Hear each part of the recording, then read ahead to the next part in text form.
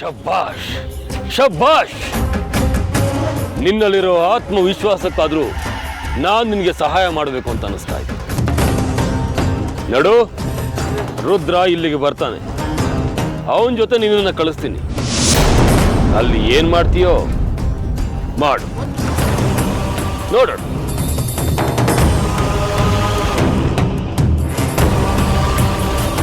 ಅಮೃತ,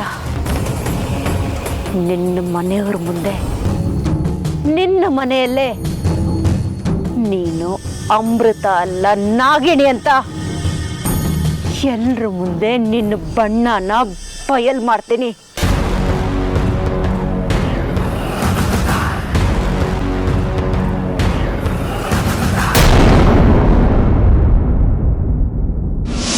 ನಿನ್ನ ಪರಿವಾರದಲ್ಲಿ ನಿನ್ನ ಪರಿವಾರದವರಿಂದಲೇ ಒಂದು ಹತ್ಯೆ ಸಂಭವಿಸುತ್ತದೆ. ಇದು ಆ ಸೂರ್ಯನಷ್ಟೇ ಸತ್ಯ.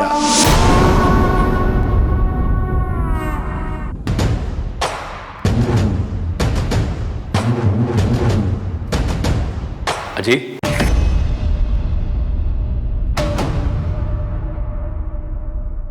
ಅಜಯ್,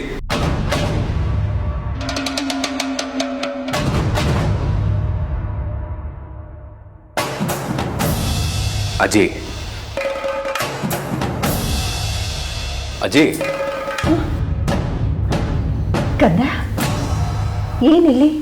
ನಾನು ಬಂದಿದ್ದು ಬಾಗ್ಲತ್ರ ನಿಂತಿದ್ದು ನಿನ್ ಕೂಗಿದ್ದು ಯಾವುದು ಗೊತ್ತಾಗ್ಲಿಲ್ವಾ ಅಜಯ್? ಹಾಗಾದ್ರೆ ಅಷ್ಟೊಂದು ಡೀಪಾಗಿ ಏನ್ ಥಿಂಕ್ ಮಾಡ್ತಾ ಇದ್ದೆ? ವಯಸ್ಸಾದ್ಮೇಲೆ ಒಂದಲ್ಲ ಒಂದು ನೋವು, ಒಂದಲ್ಲ ಒಂದು ಚಿಂತೆ ಇದ್ದೇ ಇರುತ್ತಲ್ವಾ? ಅದು ಸರಿ, ನೀನ್ಯಾಕೆ ನನ್ನ ಹುಡ್ಕೊಂಡು ಬಂದೆ? ನಿನ್ನ ಹತ್ರ ಸ್ವಲ್ಪ ಮಾತಾಡಬೇಕಿತ್ತು, ಅದಕ್ಕೆ ಬಂದೆ.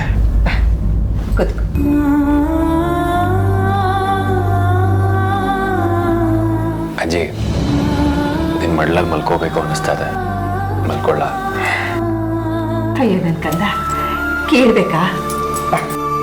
ಮಲಿಕೋ ಬ್ಯಾಚ್.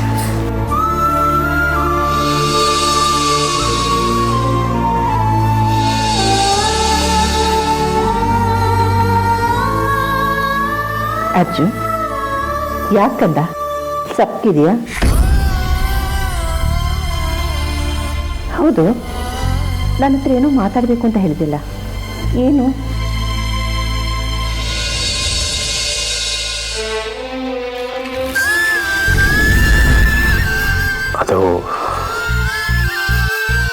ಅದು ಯಾಕಂದ ಆ ವಿಷಯ ಹೇಳೋದಕ್ಕೆ ಭಯ ಪಡ್ತಾ ಇದೆಯಾ? ಯಾಕಂದ್ರೆ ಅದು ತುಂಬಾ ಭಯಾನಕವಾದ ವಿಷಯ ಅಜ್ಜಿ, ಅದಕ್ಕೆ. ಏನು ಹೇಳ್ತಾ ಇದೆಯಾ? ನಂಗೆ ಅರ್ಥ ಆಗ್ತಿಲ್ಲ. ಅದೇನು ಅಂತ ಬಿಡಿಸಿ ಹೇಳು. ಯಾಕೋ ಇತ್ತೀಚೆಗೆ ಕನಸು ಭಯಾನಕವಾಗಿ ಬೀಳ್ತಾ ಇದೆ. ಭಯಂಕರವಾಗಿ ಕನಸು ಬೀಳ್ತಾ ಇದೆಯಾ? ಏನು ಹೇಳ್ತಾ ಇದೆಯಾ ನೀನು?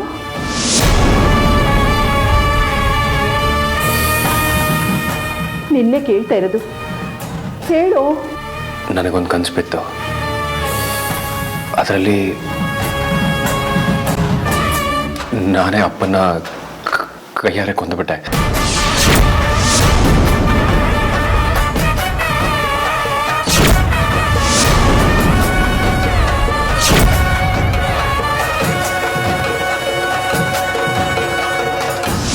ನಿನ್ನ ಪರಿವಾರದಲ್ಲಿ ನಿನ್ನ ಪರಿವಾರದವರಿಂದಲೇ ಒಂದು ಹತ್ಯೆ ಸಂಭವಿಸುತ್ತದೆ. ಇದು ಆ ಸೂರ್ಯನಷ್ಟೇ ಸತ್ಯ.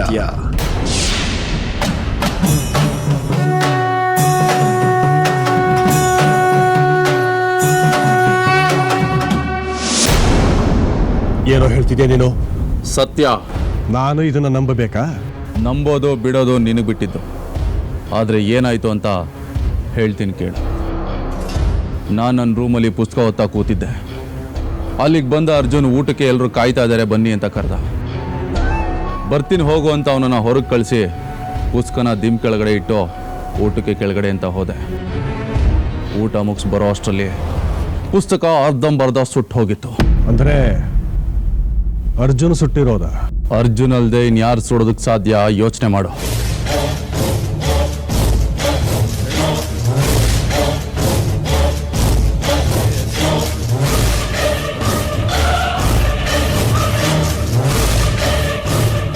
ಅಲ್ಲ,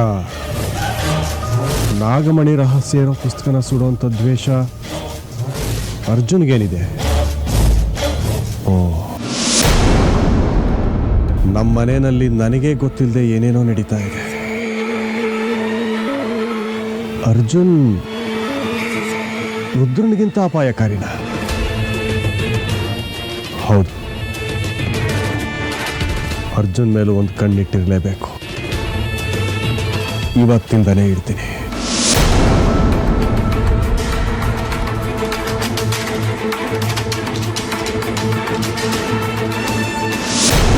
ಏನು ಅರ್ಜುನ್ ಹೀಗೆ ಹೇಳ್ತಾ ಇದೆಯಾ? ಹೌದಜ್ಜಿ, ಈ ರೀತಿ ಕನಸು ತುಂಬ ಸಲ ಬಿದ್ದಿದ್ವು. ನಾನು ಅದನ್ನು ಸೀರಿಯಸ್ ಆಗಿ ತಗೊಂಡಿರಲಿಲ್ಲ. ಆದ್ರೆ ಏನು? ಈ ಸತಿ ಅದೇ ಥರ ಕನಸು ಬೆಳಗಿನ ಜಾವ ಬಿದ್ದಿದೆ. ಅಯ್ಯೋ ದೇವ್ರೇ, ಬೆಳಗಿನ ಜಾವ ಬಿದ್ದ ಕನಸು ನಿಜ ಆಗುತ್ತೆ ಅಂತ ಹೇಳ್ತಾರೆ. ಅದೇ ನನಗೂ ಭಯ ಆಗ್ತಿರೋದಜ್ಜಿ. ಅದಕ್ಕೆ ನಿಮ್ಮ ಹತ್ರ ಬಂದು ಹೇಳ್ತಾ ಇರೋದು. ಹೌದು, ಈ ತರ ಕನಸು ನಿನ್ಗೆ ಯಾವಾಗಿಂದ ಬೀಳಕ್ ಶುರುವಾಯ್ತು? ಅವತ್ತು ನಾವು ಆಶ್ರಮಕ್ಕೆ ಹೋಗ್ಬೇಕಾದ್ರೆ ಅಪ್ಪ ಕಾರ್ ಹಚ್ಚಿ ಒಂದು ನಾಗನ ಕೊಂದ್ರಲ್ಲ, ಅವಾಗಿಂದ.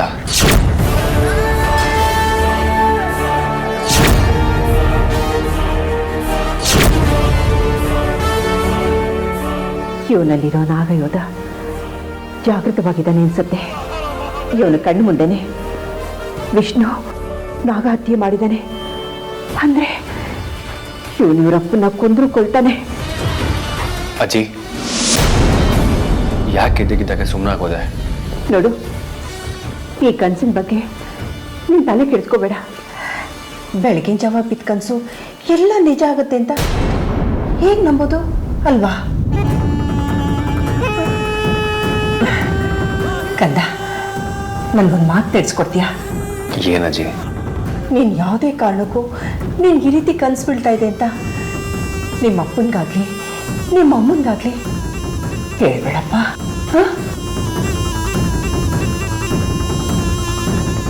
ಹೇಳಲ್ಲ ಅಂತ ಮಾತು ಕೊಡು.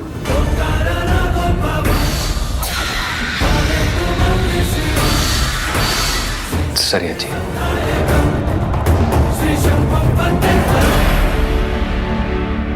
ನೋಡು, ಇದನ್ನ ಯಾವುದನ್ನು ಮನಸ್ಸು ಕಚ್ಕೊಂಡ್ರೆ ನೆಮ್ಮದಿಯಾಗಿ ನಿದ್ದೆ ಮಾಡು.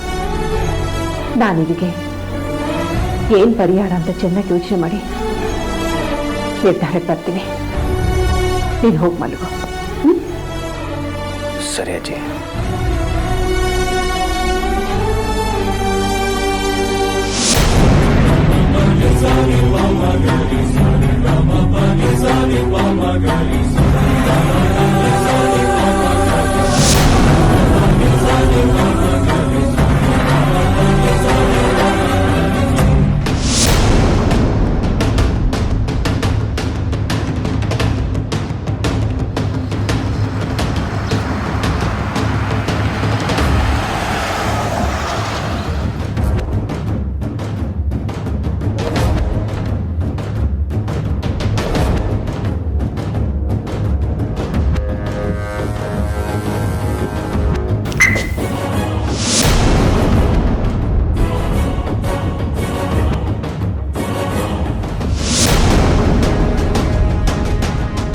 ಅರೆ, ಇಷ್ಟು ಒಳ್ಳೆ ವಾಸ್ ಇಲ್ಲಿ ಯಾಕೆ ಬಿದ್ದಿದೆ?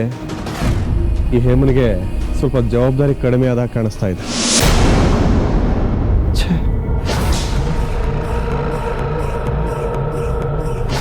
ಹೇಮಾ,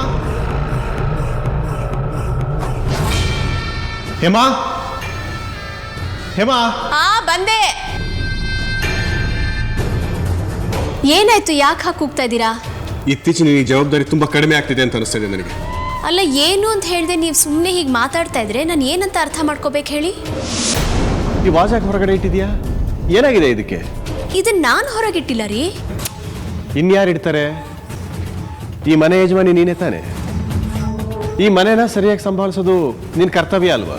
ಇಲ್ಲ ಅಂತ ನಾನು ಹೇಳಲಿಲ್ವಲ್ಲ. ಹಾಗಾದ್ರೆ ಈ ವಾಸ್ ನಿನ್ನ ಗಮನಕ್ಕೆ ಬರದೆ ಹೊರಗಡೆ ಹೇಗೋಯ್ತು? ಕೆಲ್ಸದವ್ರು ಯಾರೋ ತೊಗೊಂಡು ಹೋಗಿ ಹೊರಗಡೆ ಇಟ್ಟಿರ್ಬೋದು ರೀ. ಕೊಡಿ, ಅದ್ರ ಜಾಗದಲ್ಲೇ ವಾಪಸ್ ಇಟ್ಬಿಡ್ತೀನಿ. ಬೇಕಾಗಿಲ್ಲ ಬಿಡು, ನಾನೇ ತಗೊಂಡು ಹೋಗಿ ಇಟ್ಬರ್ತೀನಿ. ಸರಿ.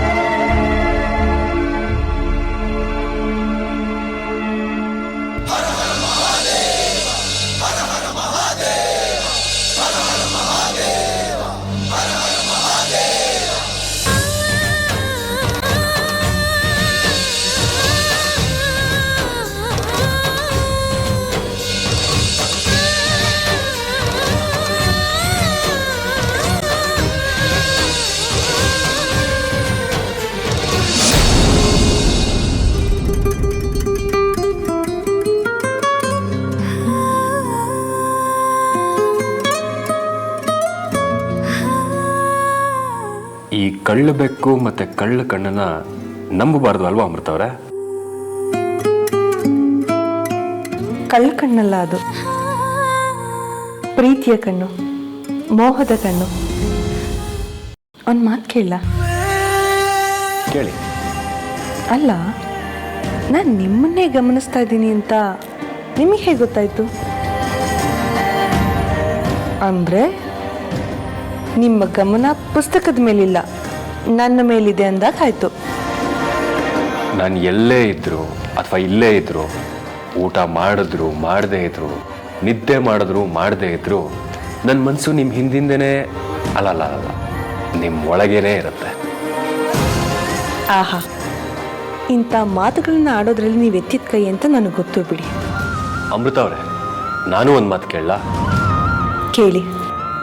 ಅಲ್ಲ ಅಮೃತ ಅವರೇ, ಮೊದಲೆಲ್ಲ ನಾನು ನಿಮ್ಮ ಹಿಂದೆ ಬೀಳ್ತಾ ಇದ್ದೆ, ಈಗೀಗ ನೀವು ನನ್ನ ಹಿಂದೆ ಬೀಳ್ತಾ ಇದ್ದೀರಲ್ಲ, ಏನು ಸಮಾಚಾರ? ನೀವು ಹಿಂದಿಗಿಂತನೂ ತುಂಬ ಸುಂದರವಾಗಿ ಕಾಣಿಸ್ತಾ ಇದ್ದೀರಾ. ಇಷ್ಟು ವರ್ಷದಲ್ಲಿ ನಿಮ್ಮ ಮುಖದಲ್ಲಿ ಕಾಣದೇ ಇರೋವಂತಹ ಆ ಕಾಂತಿ ಈಗ ಕಾಣಿಸ್ತಾ ಇದೆ. ಏನೋ ಮನಮೋಹಕ ತೇಜಸ್ಸು ನಿಮ್ಮ ಮುಖದಲ್ಲಿ ಉಕ್ಕಿ ಹರಿತಾ ಇದೆ. ಏನ್ರಿ ಇದು? ನಾನು ಹೇಳಬೇಕಾಗಿರೋ ಮಾತನ್ನೆಲ್ಲ ನೀವು ಹೇಳ್ತಾ ಇದ್ದೀರಾ? ಇಲ್ಲ ಅರ್ಜುನ್ ಅವರೇ, ನಾನು ಹೇಳ್ತಾ ಇರೋದು ಸತ್ಯ.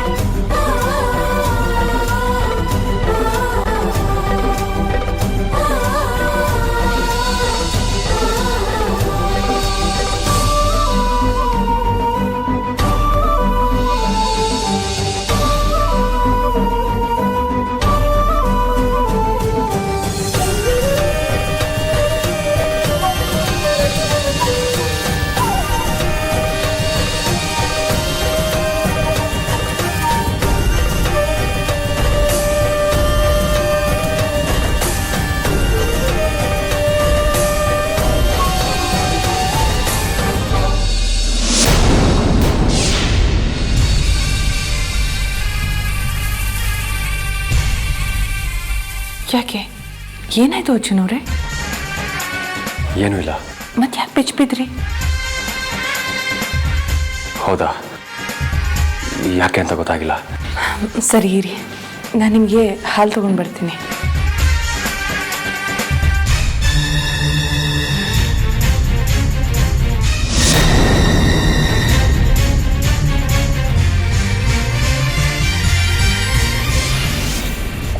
ರಾಗಗಳಿಂದನೇ ತಾನೇ ನಮ್ಮ ಮನೇಲಿ ಶಾಂತಿ ಇಲ್ದಾಗಿತ್ತು.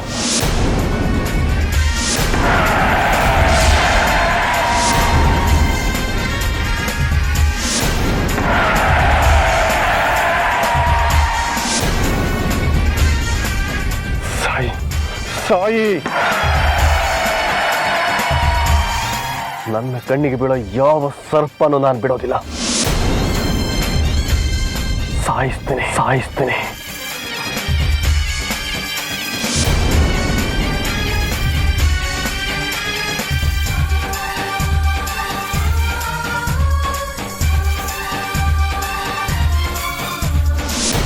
ಅರ್ಜುನ್, ಅಮೃತ. ಹಾ ಮಾವ. ಅರ್ಜುನ್ ಅಲ್ಲಮ್ಮ? ಯಾಕೆ? ಅಲ್ಲ, ಸ್ವಲ್ಪ ಮಾತಾಡಬೇಕಾಗಿತ್ತು. ಮಾಡಿ ಮೇಲೆ ಇರ್ಬೋದು ಅನ್ಸತ್ತೆ. ಓ ಹೌದಾ, ಸರಿ ನಮ್ಮ ನೋಡ್ತೀನಿ.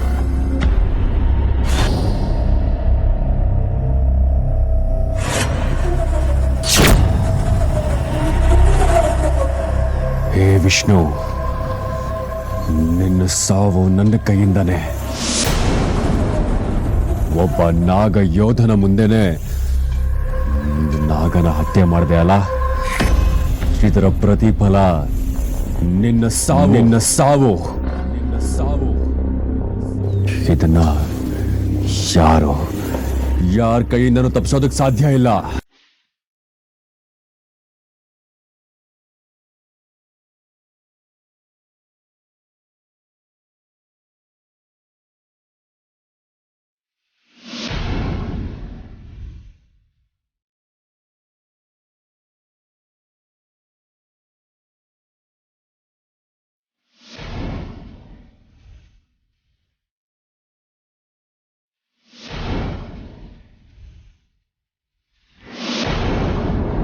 ಅರ್ಜುನ್,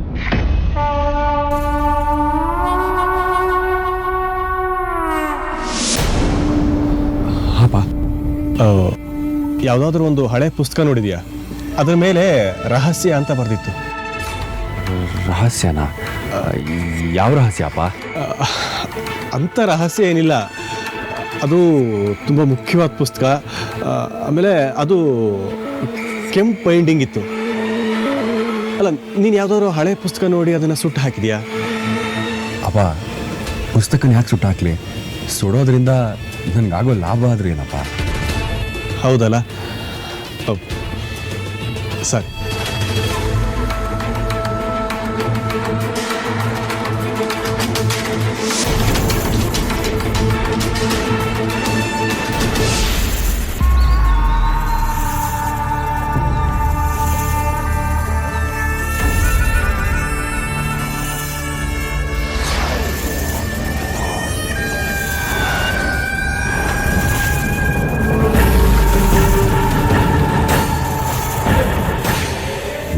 ಸಾವನ್ನ ನನ್ನ ಕೈಯಿಂದ ತಪ್ಪಿಸೋದಕ್ಕೆ ಯಾರಿಂದನೂ ಸಾಧ್ಯ ಇಲ್ಲ ವಿಷ್ಣು.